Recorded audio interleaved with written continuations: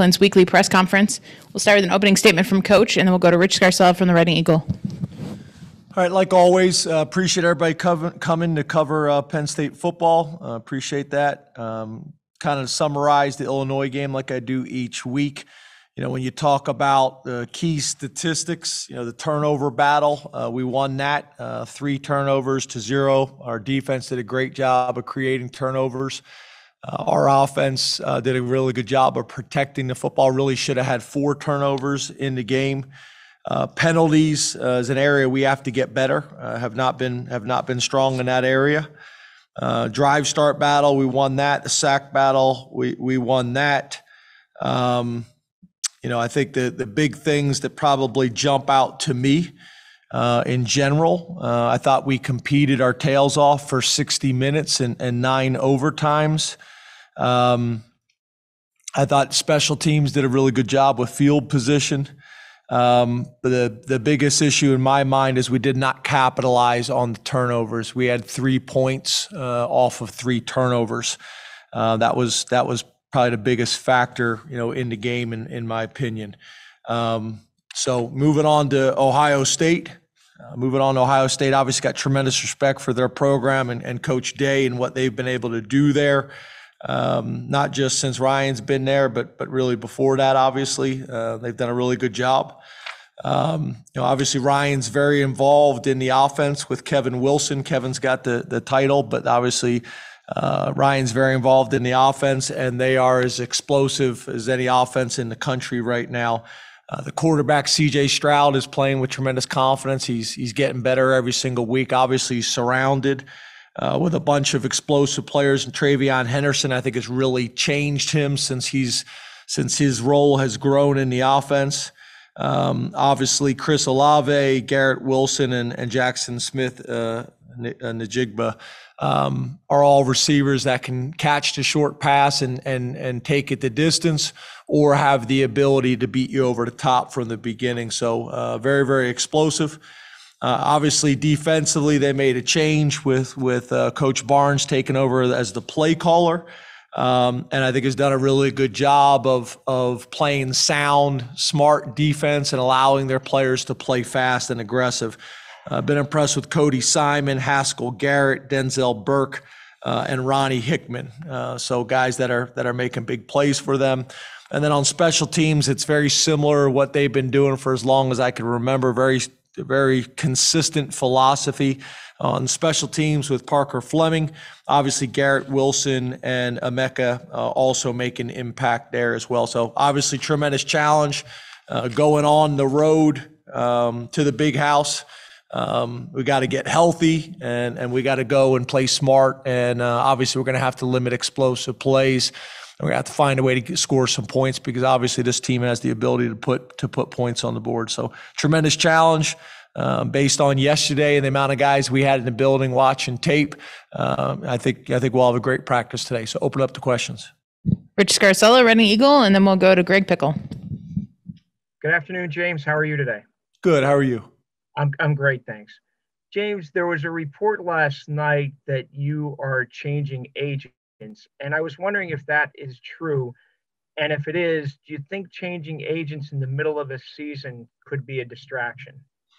Yeah, so I'm glad you asked, Rich. First of all, as you know, my response completely focused on our season and our team and finding a way to beat Ohio State and be 1-0 this week.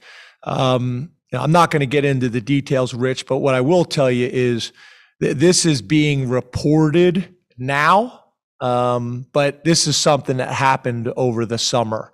Obviously I didn't make an announcement. I don't know anybody that ever does when that happens. But this is something that happened over the summer that's just being reported now, to answer your question. Greg Pickle, Blue Wade Illustrated, and then Mark Brennan.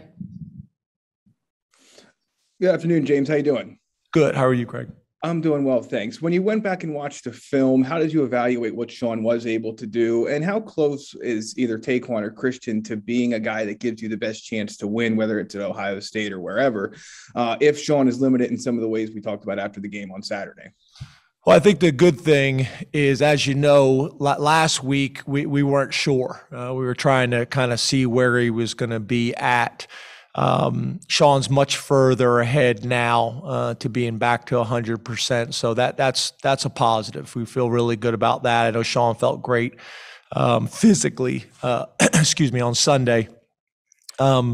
And Taekwon and Vayu have obviously, with Sean's reps being limited last week, they've gotten a lot of opportunity. So that's been helpful. But obviously it's very different what you do in practice and in the game. So those guys continue to develop, continue to grow, are getting better. Obviously Christian hasn't been here as long and is gotten a lot more reps. So that's been helpful in his evaluation. But both of those guys, obviously we're going to need with Sean's situation, and also just the way college football is in our game in general. So, we expect to have a 100% Sean Clifford this weekend, and those other two guys continue to develop. Mark Brennan, Lions 247, then Donnie Collins. Thanks for your time, James. You as well, Mark. Just following up on Greg's question, you've talked a lot about how important Sean's ability to run is to what he can do overall. Was he unable to run last week, or was he told not to run to protect himself? And how much do you think that impacted him in what he was doing and the offense? Thank you. Yeah, I think it's a good question. I think that's a big part of Sean and what his game is, his ability to extend plays, his ability to keep the defense honest and be able to make a play or two throughout the game where he picks up a first down with his legs. He was limited, obviously, in what he could do, and we tried to limit it as much as we could as well. Obviously that was the challenge when you got a guy like Sean, and that's a big part of what he does and how he plays. That being limited obviously impacted him and us. Donnie Collins, Scranton Times-Tribune, then Corey Geiger. How you doing, James? Hey, Donnie. Did Taekwon get enough reps last week to have been able to play and succeed if he was needed to? And how difficult a tightrope is it as the guy who ultimately has to make that decision when you have a banged up quarterback who needs reps to show he can do it, and a backup quarterback who needs reps in practice to kind of get the system down?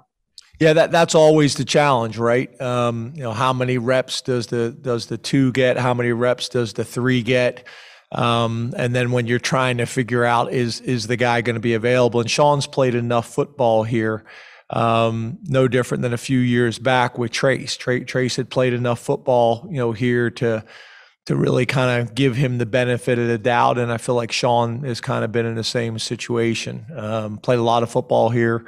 Has done some really good things. So, we were going to give him the benefit of the doubt based on what he had done in practice and what he's done over his career. Corey Geiger, DK Pittsburgh Sports, then Ben Jones. Hi, James. Hey, Corey. You coach 100 18 to 22-year-old young men, James. You've always been consistent with your 1-0 message.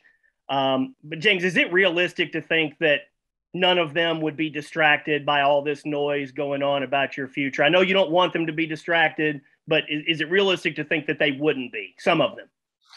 Yeah, again, I think that's fair, Corey. It has not been a discussion or an issue that I've heard from the staff or I've heard from the players. I've met with the leadership council.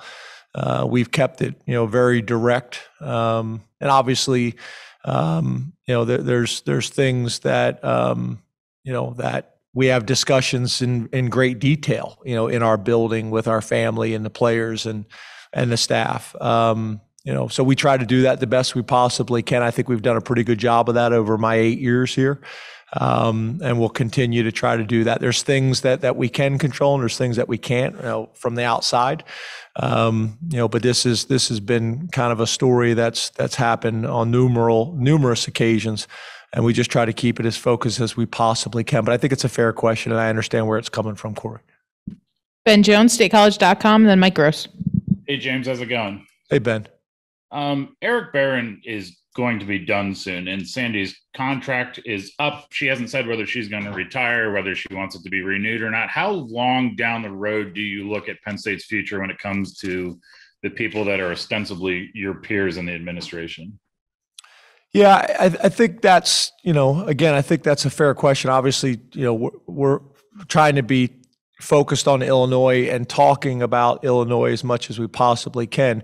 And Ben, you and really a lot of the local guys that have covered this for a long time, there's been a lot of, unusual situations. The timing of when I came to Penn State, I took the job here not knowing who the president or the AD was going to be. They were both interim at the time, which is very unusual.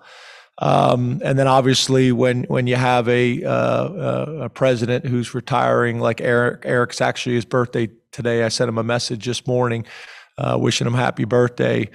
Eric's done an unbelievable job. We all came in at a challenging time in Penn State's history and have worked very well together and have battled together.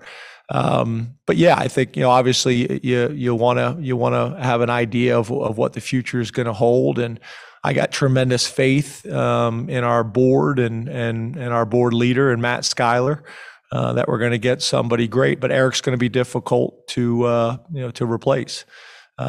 So yeah, there's a lot of moving parts, but I got tremendous faith, in our leadership, on the board. I got tremendous faith, in our leadership that's currently on campus now too. Mike Gross, LNP News, and then Audrey Snyder. Good afternoon, James. How are you? Good, Mike. How are you? Good, thanks. What have you, from watching film and talking to your staff, whatever you do, what have you figured out about why it was such a struggle to stop the run on Saturday? Yeah, a couple things. Obviously, they gave us a formation that we had not seen on tape and made some adjustments to it. What I would say, Mike, is at the end of the day, we held them to 10 points. We've been a little bit of a bend but don't break defense all year long. We've been really good at stopping the run. We did have challenges there. Obviously, just like we're dealing with Sean on offense, we've had some injuries on defense. So some guys' rep counts have gone up. But we've done a really good job of stopping the run, not only this year, but historically. So, they had a nice little wrinkle that caused us some challenges. There's no doubt about it. We were able to make some adjustments as the game went on. Obviously, we've had some thorough discussions since. Some things that obviously you look back after the fact and say, we'd like to have done this or could have done this. But again, at the end of the day, in college football, we held them to 10 points, and that should have been enough to win the game. Audrey Snyder, The Athletic, then Ali Barubi. Hey, James, you just mentioned Eric Barron and kind of your confidence and your faith in them getting that right. Are you committed to being the head coach here beyond this season? Yeah, obviously I've been asked this question multiple times, and my focus is completely on Illinois and this team and this program. I think I've shown over my 8 years my commitment to this university and this community, and that's kind of my statement. Ali Barubi, ABC 27, then John Sauber. Hey, Coach, how are you? Hey, Ali, good. How are you? Good. A few weeks ago when we were talking about the 5-0 start, you mentioned that sometimes praise can be just as dangerous as criticism for players and their mentality. Where do you think the team is at now that there's a couple losses and they're trying to kind of find their way here? How do you stop kind of like the roller coaster that maybe some of these players are going through? Well, I think that's where, obviously our Lash building and our practice fields, that's a place where our guys come and it's a family and we're very supportive of one another and compete like crazy. I think that's the thing that we have to do a great job is when our guys come into the building, that's kind of their place, kind of a second home. And because there's a lot of noise out there, there always is. This is college football. When things are going well, everybody's patting you on the back. When you have a loss, there's challenges that come with that, and there's criticism that comes with that. I thought we had a really good practice and meetings on Sunday and discussed those things in detail. I think our guys have responded well. Obviously, we got a tremendous challenge, to go on the road. against Ohio State to go against one of the most explosive teams in the country. But we've been in these types of battles before, and I know our guys will respond well, and so will our staff. John Sauber, Center Daily Times, then Adam Rittenberg. Hey, James. For the last 5 years, you guys have followed your first loss with an immediate loss after it. Is there something to that? I know you have your 1-0 mantra, but it seems like these losses are bleeding into the next week when it's the first one of the season. Yeah, again, I think that's a fair question.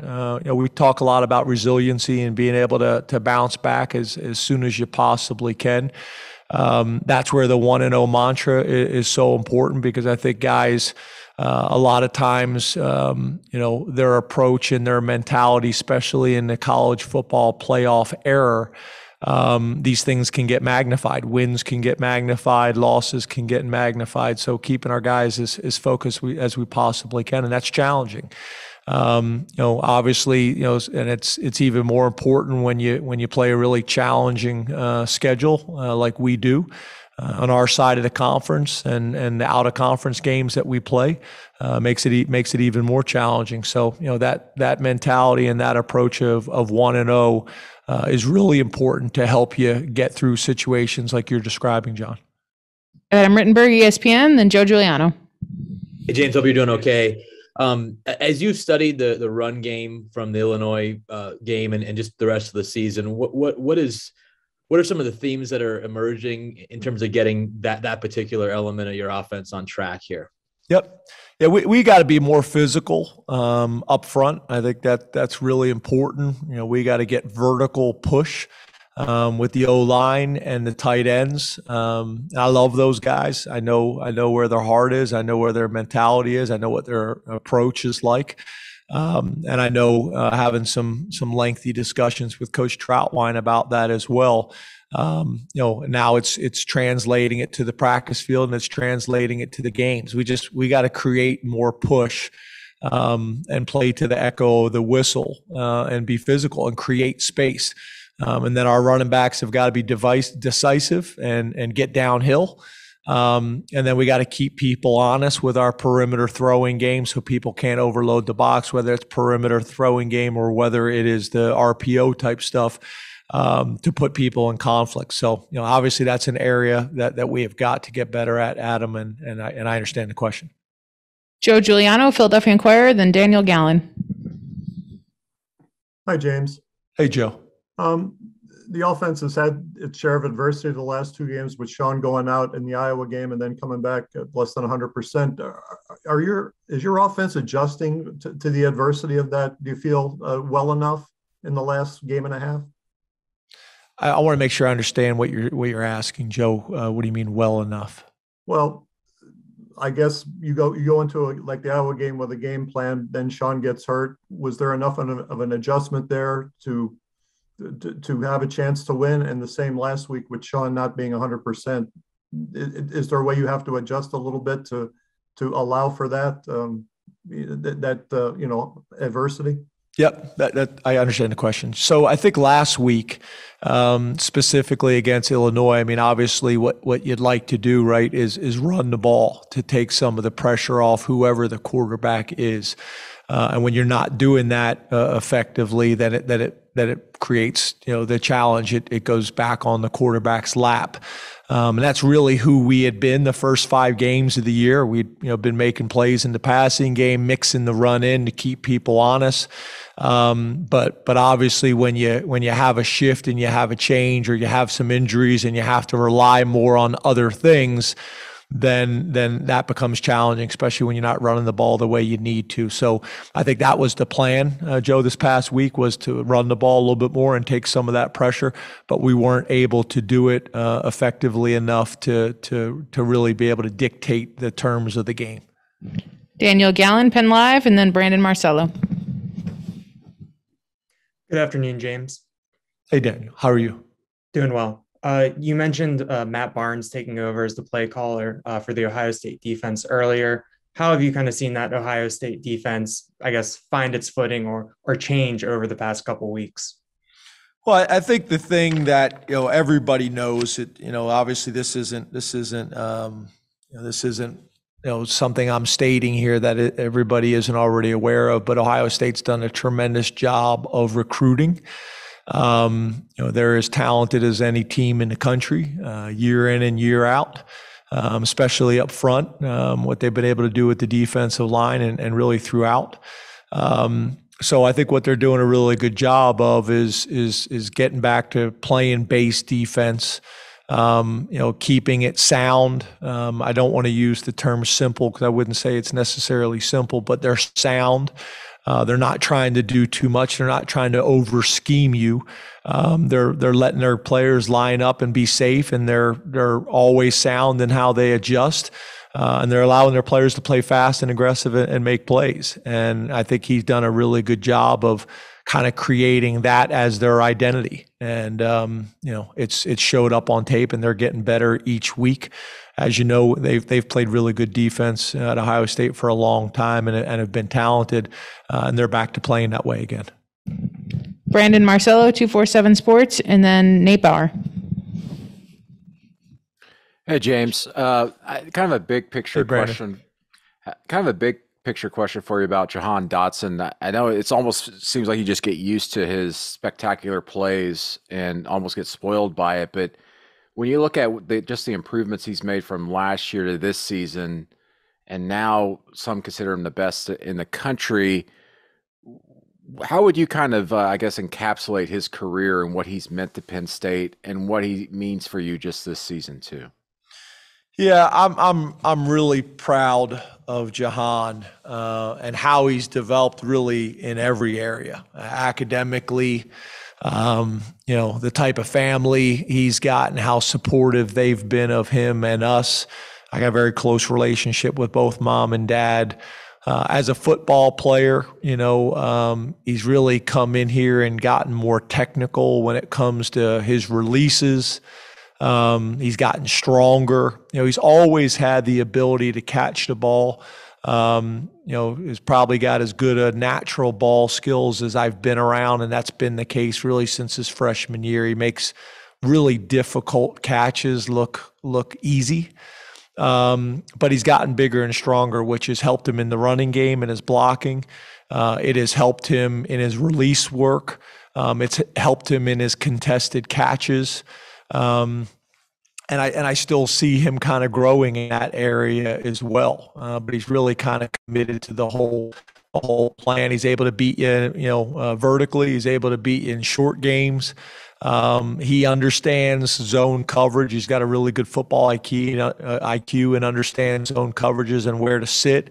He understands how all the nuances to man coverage and how to get open and how to separate.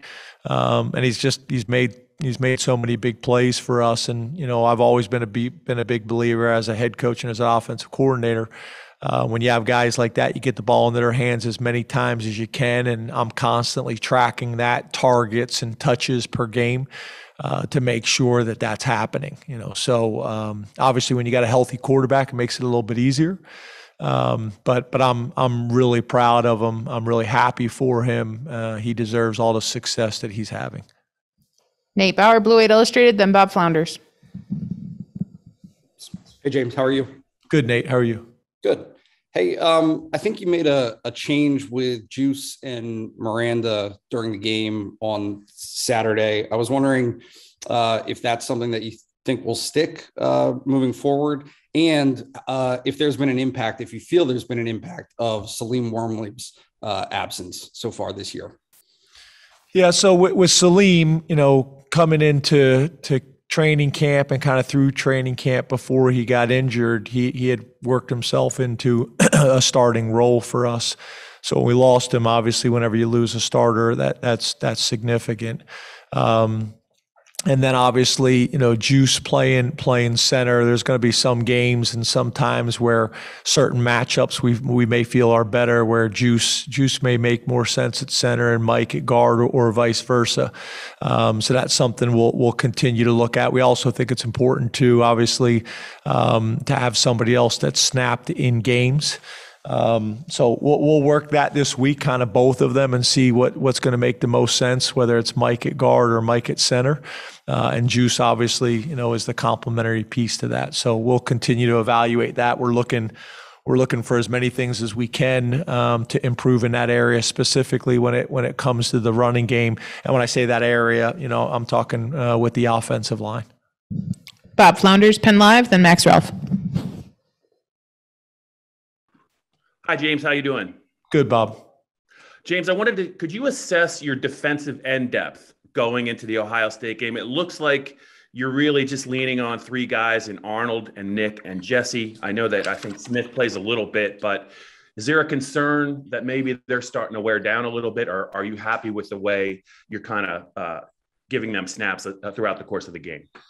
Yeah, as you guys know, obviously losing Adisa Isaac before the season, again, whenever you lose a starter like that, it has an impact. There's a lot of guys that we're mentioning like that. So obviously whenever you lose a starter, it has an impact, and the next guy needs to step up, and there's going to be more, there's going to be more reps that are asked of guys that were in backup roles before that.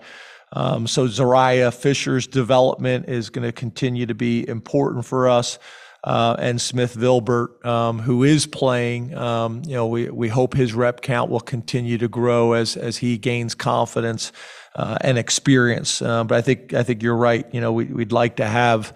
We have typically been 5 deep at D tackle, and we've typically been 5 deep at defensive end. And that has not been the case, this year with injuries, especially when you lose, multiple starters, like we talked about with PJ Mustipher and Adisa Isaac, like we've already talked about. So when that happens, obviously other guys need to step up, and their reps need to increase, and their experience and their confidence needs to grow as the season goes on. So that will be important for us. Max Ralph, Daily Collegian, then John Petishnock. James, thanks for your time. You mentioned earlier the conversations you've had with the Leadership Council. What have those been like early in this week and following the consecutive losses? How is, even early in this week, how have you seen your team respond to that in their mentality? Yeah, I haven't had any Leadership Council meetings this week. Typically those will happen on Tuesday or Wednesday, maybe before practice or after practice, but those haven't happened at this stage. Obviously, Monday is their day off. Sunday is kind of for me to get a sense of kind of where we're at from a health perspective, and then obviously from a mentality perspective as well. And I was pleased with Sunday. So, Monday was important. And, from all the reports that I got from Jahan and the guys, there was a bunch of guys in watching tape, and we look at Mondays as kind of culture days where they're coming in on their own, doing what they have to do. But again, it's been good, and I understand. I get it. We've lost 2 games, I think, by a total of 5 points. And had a chance to win both of those games. And I've been in this business long enough. I get it. I understand. I know how passionate our people are. There's nobody that's more passionate than the coaches in our Lash building and the players in our locker room. So, we're going to put a great week of work together, find a way to get better, and find a way to go 1-0. And that's really how we've been doing it for as long as I can remember, and we'll continue to do it that way. Last 2 questions, John Petishnock, Football Letter, and then David Eckert. Hey, good afternoon, James. Appreciate your time today. Hey, John, you too. With having a 1-0 mentality, do you believe there are certain weeks when going 1-0 has more of an impact on the team and the season?